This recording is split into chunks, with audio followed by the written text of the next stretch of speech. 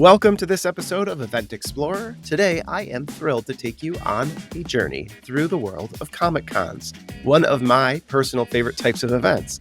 Now, I've been to the San Diego Comic Con myself, and every time I go, I am blown away by the passion and the creativity that the cosplayers, artists, and fans bring to these events.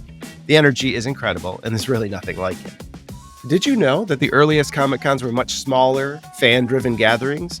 They took place in basements and union halls, and the very first official Comic-Con was held back in 1964 in New York. It was called the New York Comic-Con, and it was actually organized by a group of teenage fans. It wasn't a big show, but it laid the groundwork for what would become a massive industry. Back in those days, Comic-Cons weren't about meeting your favorite creators, trading comics, and talking shop with fellow fans. They were more grassroots efforts, inspired by the science fiction conventions that had been around since the 1930s. One of the earliest major Comic Cons was the Triple Fanfare in Detroit in 1965, and from there, these events started popping up all across the country.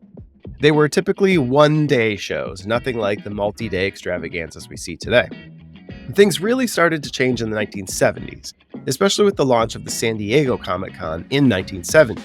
This is where Comic Cons truly hit the mainstream. What started as these small events for a few hundred people have now grown into the largest pop culture conventions in the world, with over 100,000 fans attending each year. I've had the chance to see it firsthand. Over the time, Comic Cons have evolved to include much more than just comics. Now you've got everything from blockbuster movie premieres to video game launches and cosplay contests. And I've got to say, the dedication and creativity of cosplayers are one of the things I love to see most about these events. As the world of Comic Cons continued to grow, by the late 80s and 1990s, they were no longer just for these comic book fans, but now they started to embrace, movies, TV shows, animation, video games, and part of that shift came from the success of movies like Batman in 1989, which really caught the comic book culture and brought it into the mainstream.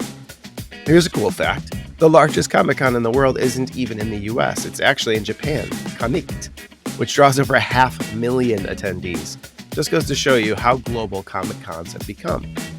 And they are big business. San Diego Comic-Con, for instance, generates more than $160 million in economic impact for the city of San Diego.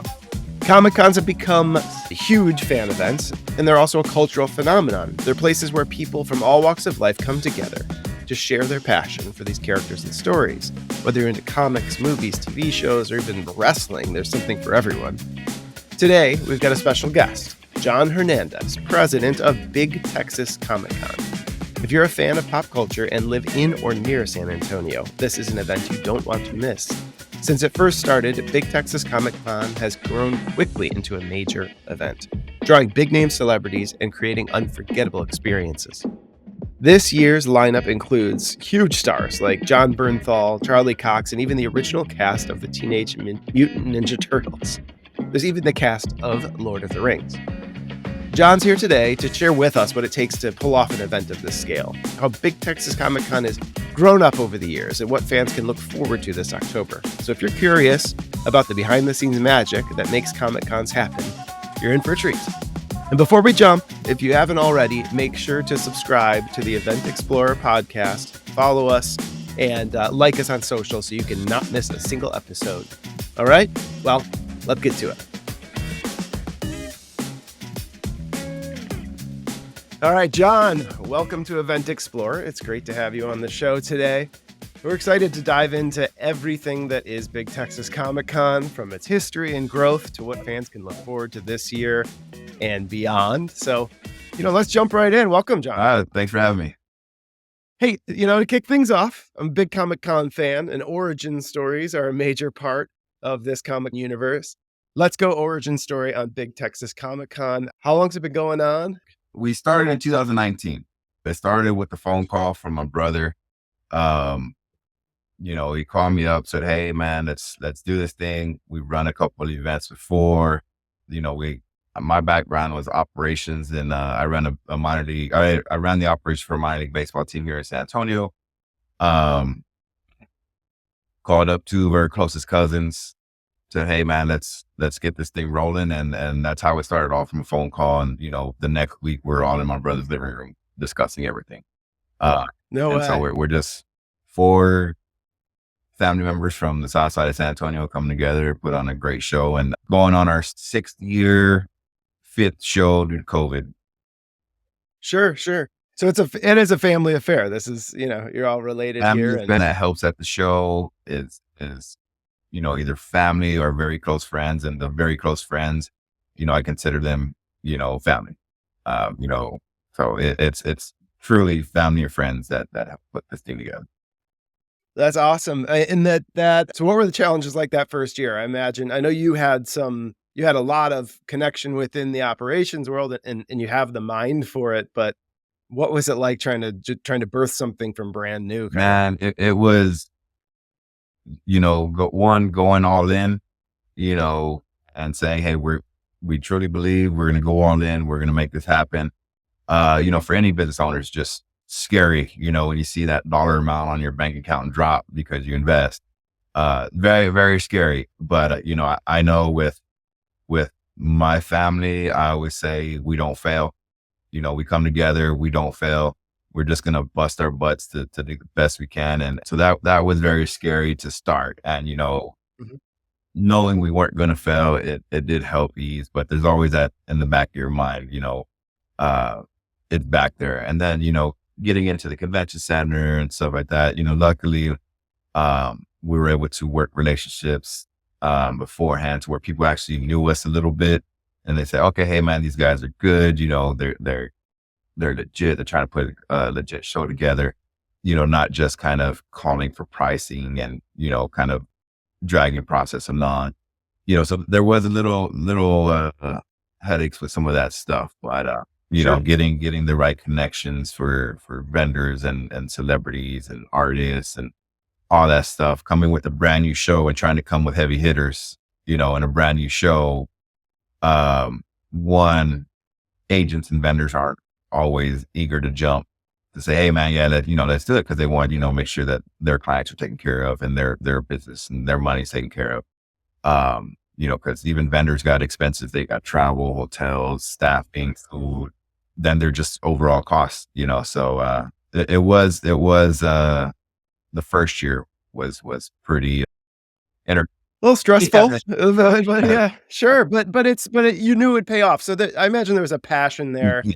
for the industry. Had you traveled and visited other Comic Cons Yeah. before and kind of seen what they could Yeah. be? Yeah. Like any business owner, you kind of do a little research here and there and, see what you can improve on and try to get some ideas and stuff like that.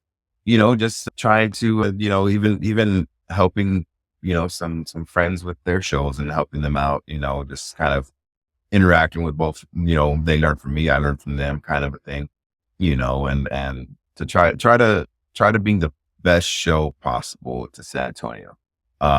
Again, we started in 2019, 2020, man, to start, we were on a roll and then the world shut down, Mm. which again was scary because, we just went all in on this thing and, year one, you're feeling pretty good, and then year two, feeling great. And it just shuts down and puts you off for a year. Yeah. So that was fun times. And, ever since then, we haven't looked back. Sure. So doing this early research and looking, coming in from a new business owner and creating a con, what did you see that a Comic Con had to have, or what are these Right. kind of key core elements that you knew would make your show great? I mean, vendors are always great. Vendors are always great. So these are comic book salespeople, ephemera, Man, toys. anything you could think of, I've seen a guy that sells plants. I've seen a guy that takes scrap metal and makes it into statues and artwork. I've seen, guys that create their own, like their own type of Lego kind of a deal, their own merchandise, their own autograph, memorabilia, comic books, movie posters, all kinds of merchandise, and getting the right artist, to be part of the shows.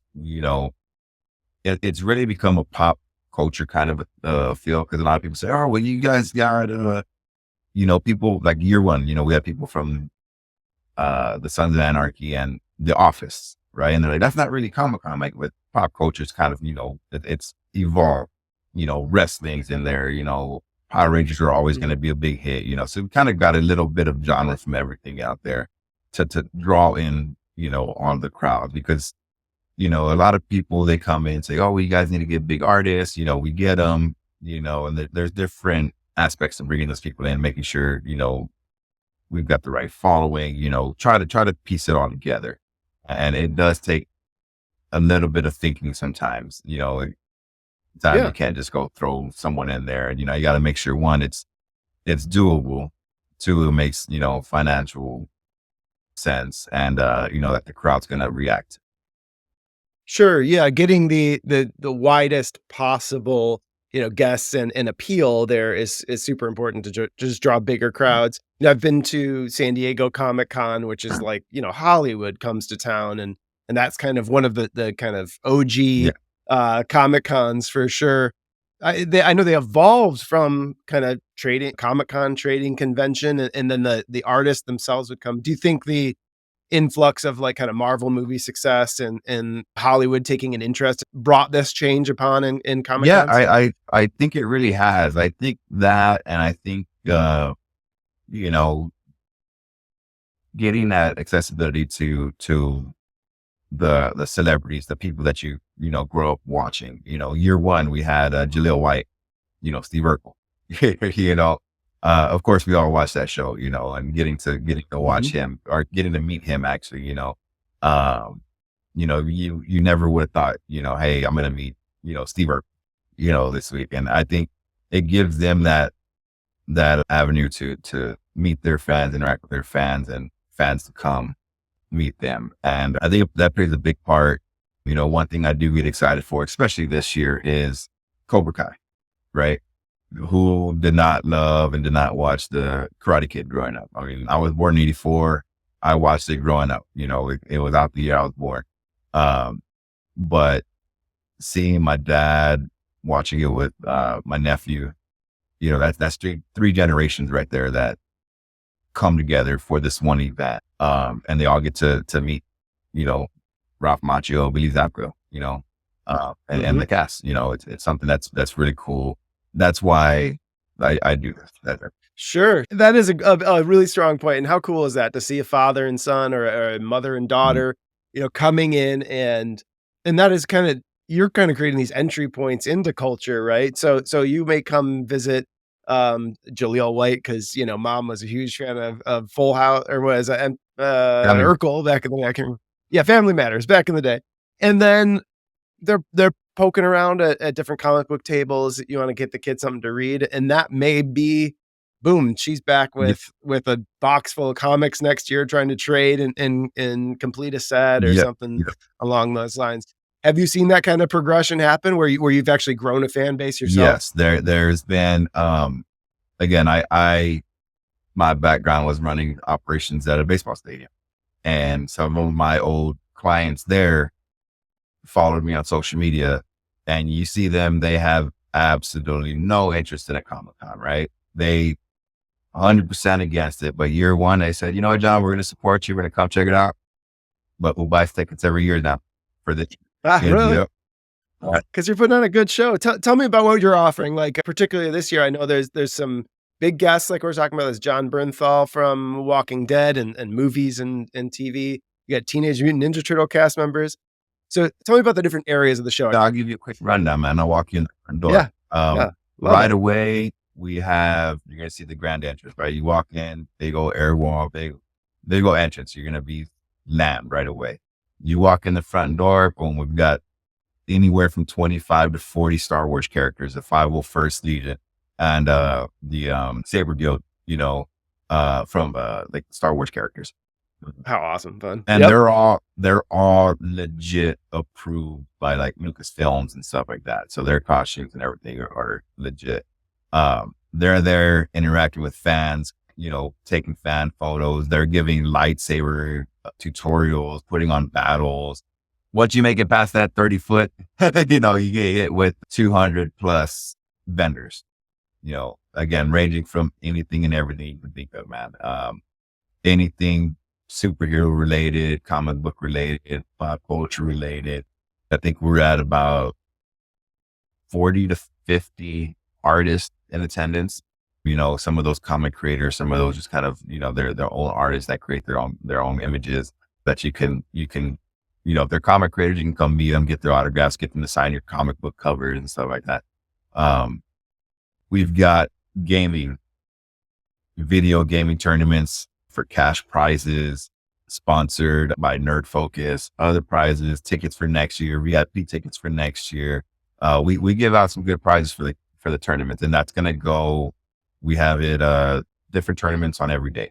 I think we're about 2 to 3 different tournaments every day. And Texas Gaming Empire puts that out for us. They handle everything for us. I don't have to think, which. So they're setting up the monitors and headphones and controllers and all this. So it's this whole wired up setup where people get to kind of, I mean, that's like the most advanced arcade you can kind of walk into, right? And speaking of arcade, they're bringing in some arcade games. I think they're going to bring in about 24 to 36 arcade games. So we'll have that there. Thanks for bringing that up. We'll have one. Sure. One of our vendors has big claw machines, for his own prizes and stuff like that.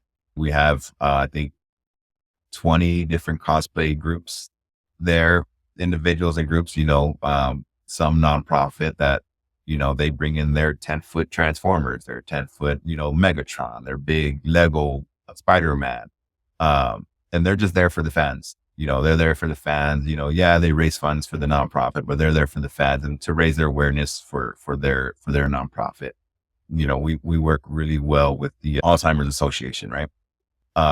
They come out, we promote them, we give them their space, they promote their walk, they promote, their information, we partnered with the Humane Society here in San Antonio, try to adopt some of these super pets out there, Love it. Yeah, no, we are very big into security. So you'll see a bunch of different aspects of the community in there as well. And then, of course you got the celebrities, we have over 40 in attendance this year. Again, ranging from Ninja Turtles, Charlie Hunter, some Sons of Anarchy with the other Sons of Anarchy cast. Me personally, I'm excited to see Elijah Wood, Frodo Baggins himself, Lord of the Rings, big Lord of the Rings guy. We've got him, John Rhys Davies, Gimli, Sean Astin, Sam, Rudy, this is A-list. We've got an amazing lineup this year, man.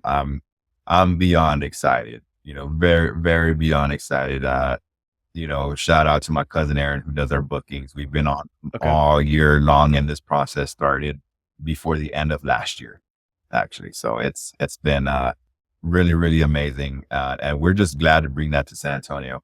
And then, we've got photo ops where you can take a quick photo, get a professional photo op with the celebrity. And we've got, we'll have, I think 4 to 5 celebrity panels a day, and panels, just a 45 Q&A session with them. You can add. So these are on a stage with the audience and you can ask Q&A and. Yep. 45-minute Q&A sessions. Those are really fun to see because you get some of those very entertaining questions, and they the way they interact with the fans sometimes is just beyond. We had Matthew Lillard, Shaggy himself, they come do a Scream panel when we had the Screamcast a couple years ago, and seeing him walking in the crowd, just not giving a care in the world, just walking out with the fans, being one of them. With just it makes you feel good, that the fans are loving it. Even to me, even at the end of the day, if I didn't, in the back of my mind, like, oh man, this show kind of, wasn't the best, but I see that right there, worth it. Sure. That and we've got a costume contest. That's another thing. Yep. Those are on stage too. That's like I think last year we had 200 to 300 entries, to the point to now where we're gonna have to start doing some pre-judging and kind of narrow that down, because it was taking a long time. And some of these costumes, there was one girl last year who I felt absolutely bad for. Her mom came up to me and she was in tears, a little, very teary-eyed, and she's like, my daughter was supposed to come. She built her costume all year long. She was putting it on this morning, cut her eye, had to go to the hospital, and had to miss the show. And, I told her, here's my email. You got the right person. I'm one of the owners. I'm the president. I will get your daughter taken care of. Tell her I'm sorry, but I want her to be my VIP guest this year, so seeing some of them, how much work and excitement that they have into this cosplay. It's really, really, really amazing to see. It's really their time to shine. Mhm. Like, they think about it and work and chat about it. And it's kind of like the ability to kind of live in the fantasy world for a day, or show off all the work you do building these costumes, right? What are some of the more intense costumes that you've seen, win these contests? We had, I think it was last year. We had, I want to say it was about 7. He created his own transformer. Like A 7-year-old? yeah, I mean, he was young. Like, he was Fun. pretty young. Yeah. He came on stage, got down, and he was in a truck. And then he came up and he was a transformer. That, to me, that one was pretty cool. One of my all-time favorites though was a family. I think it was about 5 or 6. They came in as the Guardians of the Galaxy, all the way down to the baby with Baby Groot. That was, to me, just a plus right there. That Right. amazing to see the family come in all together like that. So Comic Cons are it's not you're just paying to walk in and see a show or walk in to go shopping. It's something that people are participating in. What kind of feedback do you get from people as they're going through the show or after the show? It's and not to harp on like the good, but it's a lot of, hey, thank you guys for doing this. It was great for my family. My kids loved it. My grandkids loved it. The way I tell people is give it a shot. Give it a shot. Like, cause you get those people like, oh man, that's nerds or that's geeky. Like, we all geek out about something. We all geek out about something. You put a football in front of me and I'm stats and I'm, players and everything. That's me geeking out. Right. And this gives a chance for everyone to geek out about comics and superheroes and cosplay and all that kind of stuff. Yeah, once you get in the door, man, it's just going to be overwhelming, and you're going to see the excitement, and it's like going somewhere and you're going to feed off the environment. You're just going to have fun. You're going to see people asking you for photos, if you're dressed up in costume.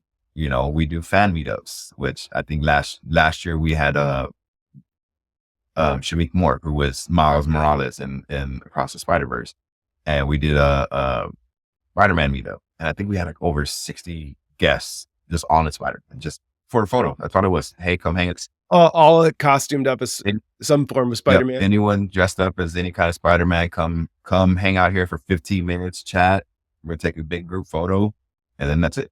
And we do those about every hour throughout, and we'll do different, we did heroes, and then we did villains, we did Star Wars, we did Star Trek, we did this year, of course, we're gonna do Lord of the Rings. We're gonna have to do some biker stuff for Sons of Anarchy.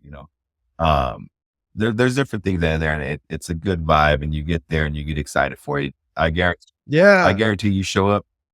If your level of excitement was a 1, you're leaving out at least a 7. You're leaving happy somewhere or another. And there's a lot of 10s coming out of there too. Yeah, there's a ton of 10s, and that's my worst case scenario. You're leaving out with at least a 7. I promise you that. Sure. Just the excitement and seeing kids having fun. Seeing kids. Last year we had 2 young girls that came up and they were with the rolled up newspaper or the piece of paper, right? Interviewing us. Like, just one was pretending she was recording and one was pretending she was interviewing, and was coming up, hey, who was your favorite superhero? Which one's your favorite character? And I'm like, that's all it's all about, Yep. They're going to be running some podcast someday, 20 years in the future. You next, Yeah. Did you have an idea that this is going to, does San Antonio have this culture that you kind of knew was there and you were going to tap into? Yeah. San Antonio, seventh largest country or seventh largest city in the country. Yeah, that's You know, the living here, growing up here, all that stuff. Me and my family, we are San Antonio.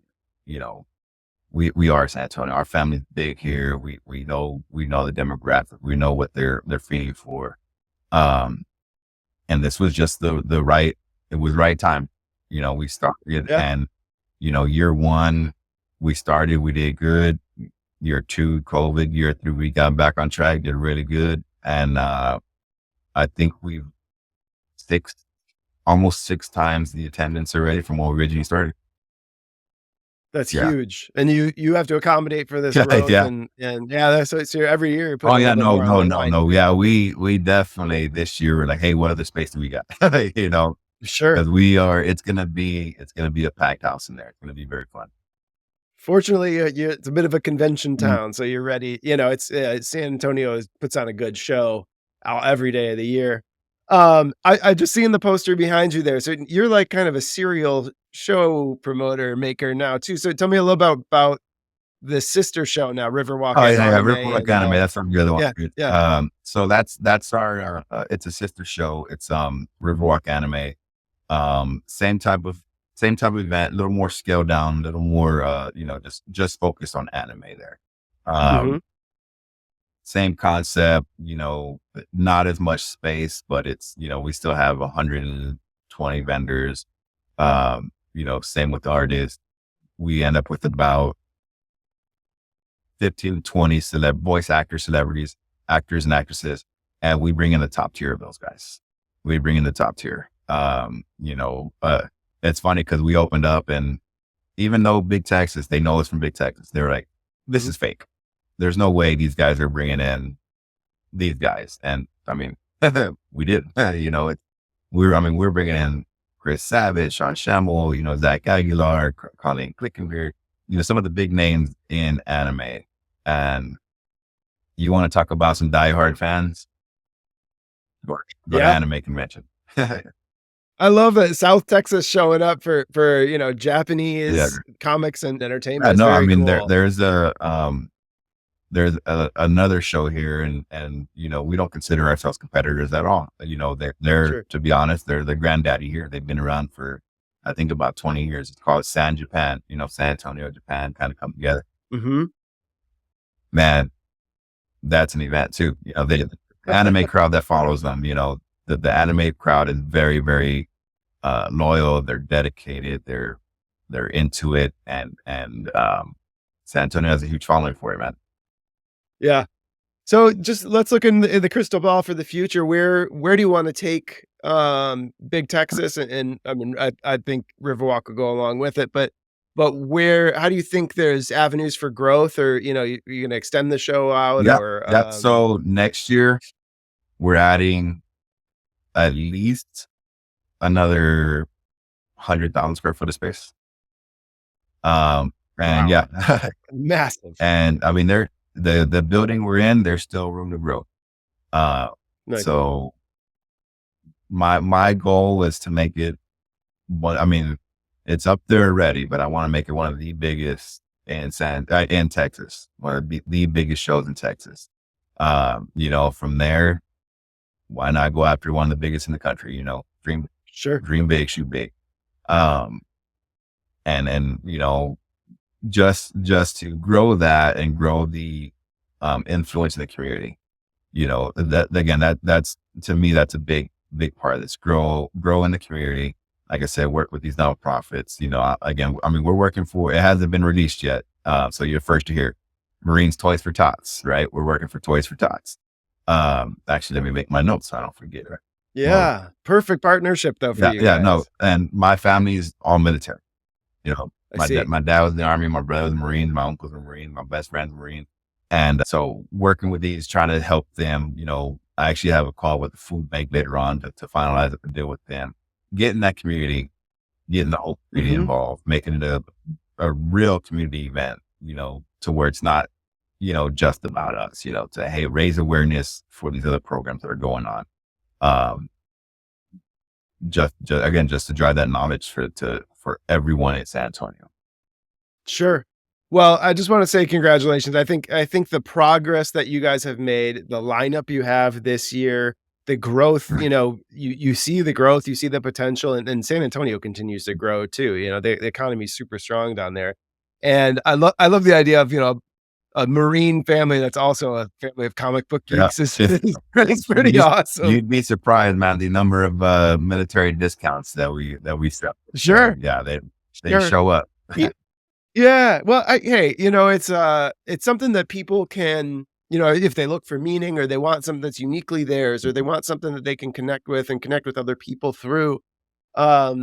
It's that way in that really is cool, and it's creates a culture, like this shared culture, and it's not for anything but fun, comic book, reading, education, drawing, art. There's so much to it that are these kind of extra benefits I think that you bring, to I'm sure there's kids that come grab a couple comic books. If you went to their school on Monday, they're sitting reading comic Yeah. books, trading comic books, and that's something that doesn't happen just by chance. You kind of have to make it Yeah. happen, And, right? and that's another thing. We donate over 2,000 tickets to schools around that community. Nice. My 3 of the 4 owners went to, at one point, one elementary school here, up the street from me, and got to take care of hometown, man. Yeah. You get You go. 500 tickets instantly. Every kid gets, a ticket. Take care of, where you came from. And, so Yeah. we big in the community, help kids out, get them out. I mean, every day, we're getting, hey, I'm the comic book club, Sure. yeah, Nice. or the anime club teacher, the gaming teacher, hey, yeah, for sure, man. Let's go on. Let's go. And, I'm not big on the, yeah, let's take a photo and promote it. I'm not, man. Like I think, want to, Mhm. yeah, be some good pub, if you want to do it, cool. But to me, whatever, man, I just want you guys to have fun, you know. So Yeah. we're Yeah. big on, Yeah. giving back, to the kids as well. I love it. Well, there's the big and big Texas Comic Con stands for Exactly. Yep. yeah, it stands for some big hearts and some big brains putting this together and really growing it. So cool. Well, thanks for joining today. I think people get a kick out of it. I think the I love the Texas Japan connection. The Texas, like it's a regional show, but you're bringing Hollywood to town. You're bringing top artists to town. These are opportunities that people, you don't even have this in Hollywood. Like you really are creating this fan fest in San Antonio. That's kind of just gonna keep growing and growing and drawing, making more fans and changing more lives, which is very cool. So very admirable to do so much for the community, and just want to say congratulations and thanks for talking with me today. And I'm sure the audience will get a kick out of it. No, for sure, man. Thank you for having me. Well, I hope you all enjoyed that conversation with John Hernandez. It's clear to see how much dedication and hard work goes into making Big Texas Comicon a success every year. Not only is he growing the convention into a major event for fans, but he's also doing it with a real connection to this community and giving so much to local charities, making a lasting impact. If you're in San Antonio this October, be sure to check out Big Texas Comicon. And before you go, make sure to subscribe and follow Event Explorer for more deep dives into the world's most fascinating events. We've got plenty more incredible stories ahead. Thanks for listening. Happy exploring.